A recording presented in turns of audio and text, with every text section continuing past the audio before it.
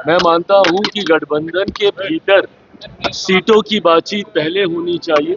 और उसके बाद हम लोग सार्वजनिक चर्चा करें। पर उन्होंने सीटों की संख्या का जिक्र सार्वजनिक तौर पे किया है। मुझे लगता है गठबंधन के भीतर भी जब ये चर्चा होगी, हर दल को उचित सम्मान के साथ भागीदारी मिले, इस बात को एनडीए जरूर सुनिश्चित करेगा। उसी श्रृंखला को आगे बढ़ाने का है जिसकी शुरुआत हम लोगों ने शाहबाद से हम लोगों ने की थी, और बिहार के अलग अलग जिलों में हम लोगों ने नव संकल्प सभा का हम लोगों ने आयोजन किया, जिसका मकसद बिहार फर्स्ट, बिहारी फर्स्ट की सोच को जनता तक लेकर जाने के उद्देश्य के साथ इन सभाओं को आयोजित किया जा रहा है। आज उसी कड़ी में अगला कार्यक्रम हम लोग का मुजफ्फरपुर में है, और उम्मीद ही नहीं, पूरा विश्वास है कि जिस तरीके से बाकी तमाम सभाओं में एक जन सैलाब देखने को मिला है, आज वैसे बिहार बंद हम सबके द्वारा बिहार बंद का भी आयोजन किया गया है। पूरा एनडीए एकजुट होकर 12 बजे तक हम लोगों ने इस बात की घोषणा की है कि जिस तरीके से मेरे प्रधानमंत्री आदरणीय नरेंद्र मोदी जी के राजद कांग्रेस के मंच से अपशब्दों का इस्तेमाल किया गया, गाली का इस्तेमाल किया गया, उनकी पूज्य माता जी के लिए जिस तरीके से गाली का इस्तेमाल कर भावनाओं को ठेस पहुंचाने का कार्य किया गया, उसके विरोध में एनडीए के द्वारा आज ये बंद का ऐलान किया गया है। पर बंद के ठीक बाद मुजफ्फरपुर में हम लोग की ये नव संकल्प सभा का आयोजन किया गया है। उस मंच के माध्यम से भी इन बातों को मजबूती से रखा जाएगा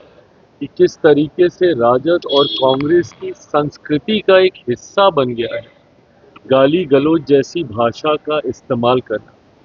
जब कांग्रेस के सर्वोच्च नेता, उनके सबसे बड़े नेता और नेता प्रतिपक्ष लोकसभा में राहुल गांधी जी जब स्वयं प्रधानमंत्री के लिए तू तड़ाक करके बात करते हैं, आप हो सकता है हमारी नीतियों से आप सहमत ना हो, पर इसका मतलब कतई ये नहीं है कि आप तू तड़ाक जैसी भाषा का आप इस्तेमाल करें। प्रधानमंत्री जी आपसे उम्र में भी काफ़ी बड़े हैं,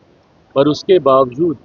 अगर कांग्रेस के वरिष्ठ नेता ही उनके बारे में इस तरीके की भाषा का इस्तेमाल करेंगे तो स्वाभाविक है कि उनके कार्यकर्ता गाली गलौज जैसी भाषा का इस्तेमाल करेंगे।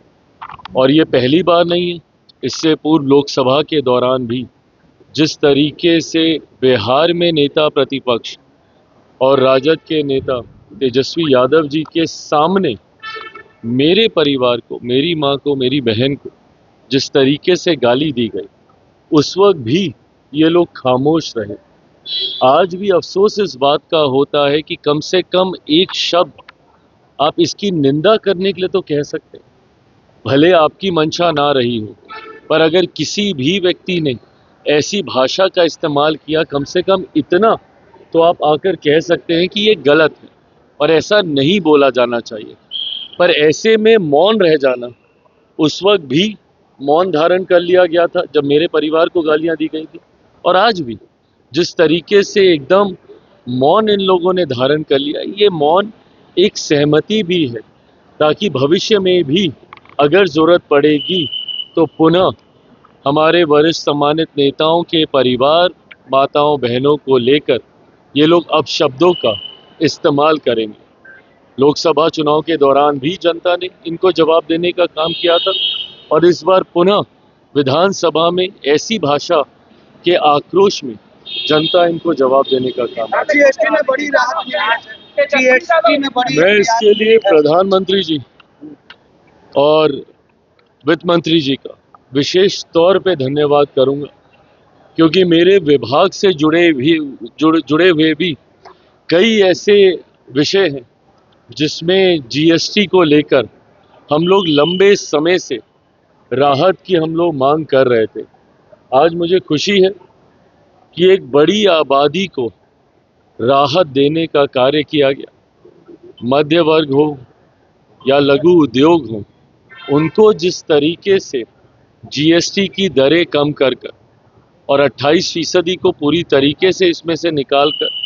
और 18 और 12% में आने वाली वस्तुओं को सीधा, अधिकांश उनमें से वस्तुओं को सीधा 5% या उसको निल किया गया है। जो वादा प्रधानमंत्री जी ने लाल किले की प्राचीर से किया था कि दिवाली से पहले जीएसटी में राहत देकर देश की एक बड़ी आबादी को महंगाई से निजात दिलाने का प्रयास किया जाएगा, आज प्रधानमंत्री जी ने अपने उस वादे को पूरा किया। मैं अपनी तरफ से, अपनी पार्टी लोक जनशक्ति पार्टी रामविलास की तरफ से उनको धन्यवाद देता हूं। तेजस्वी यादव ने कहा है कि शादी आप कब करेंगे? अरे प्रभु, मांझी जी ने सीटों को लेकर बात कही है, 20 सीटों की मांग नहीं, ठीक बात है, हर दल अपनी तरफ से बात रखेगा, पर मैं सार्वजनिक ये चर्चा करने का मैं पक्षधर कभी नहीं रहा। मैं मानता हूं कि गठबंधन के भीतर सीटों की बातचीत पहले होनी चाहिए और उसके बाद हम लोग सार्वजनिक चर्चा करें, पर उन्होंने सीटों की संख्या का जिक्र सार्वजनिक तौर पे किया है। मुझे लगता है गठबंधन के भीतर भी जब ये चर्चा होगी, हर दल को उचित सम्मान के साथ भागीदारी मिले, इस बात को एनडीए जरूर सुनिश्चित करेगा। चिराग जी की मांग क्या होगी?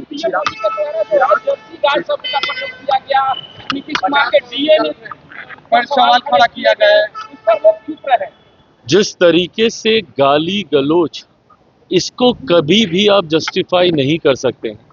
राजनीति में और भारतीय भाषाओं की एक खूबसूरती रही है कि शब्दकोश इतना विस्तृत है भारतीय भाषाओं का कि आप कड़ी से कड़ी बात भी मर्यादित शब्दों में रहकर आप कर सकते हैं, पर माँ बहन की गाली देना, इसको कतई किसी भी तरीके से जायज़ नहीं ठहराया जा सकता है।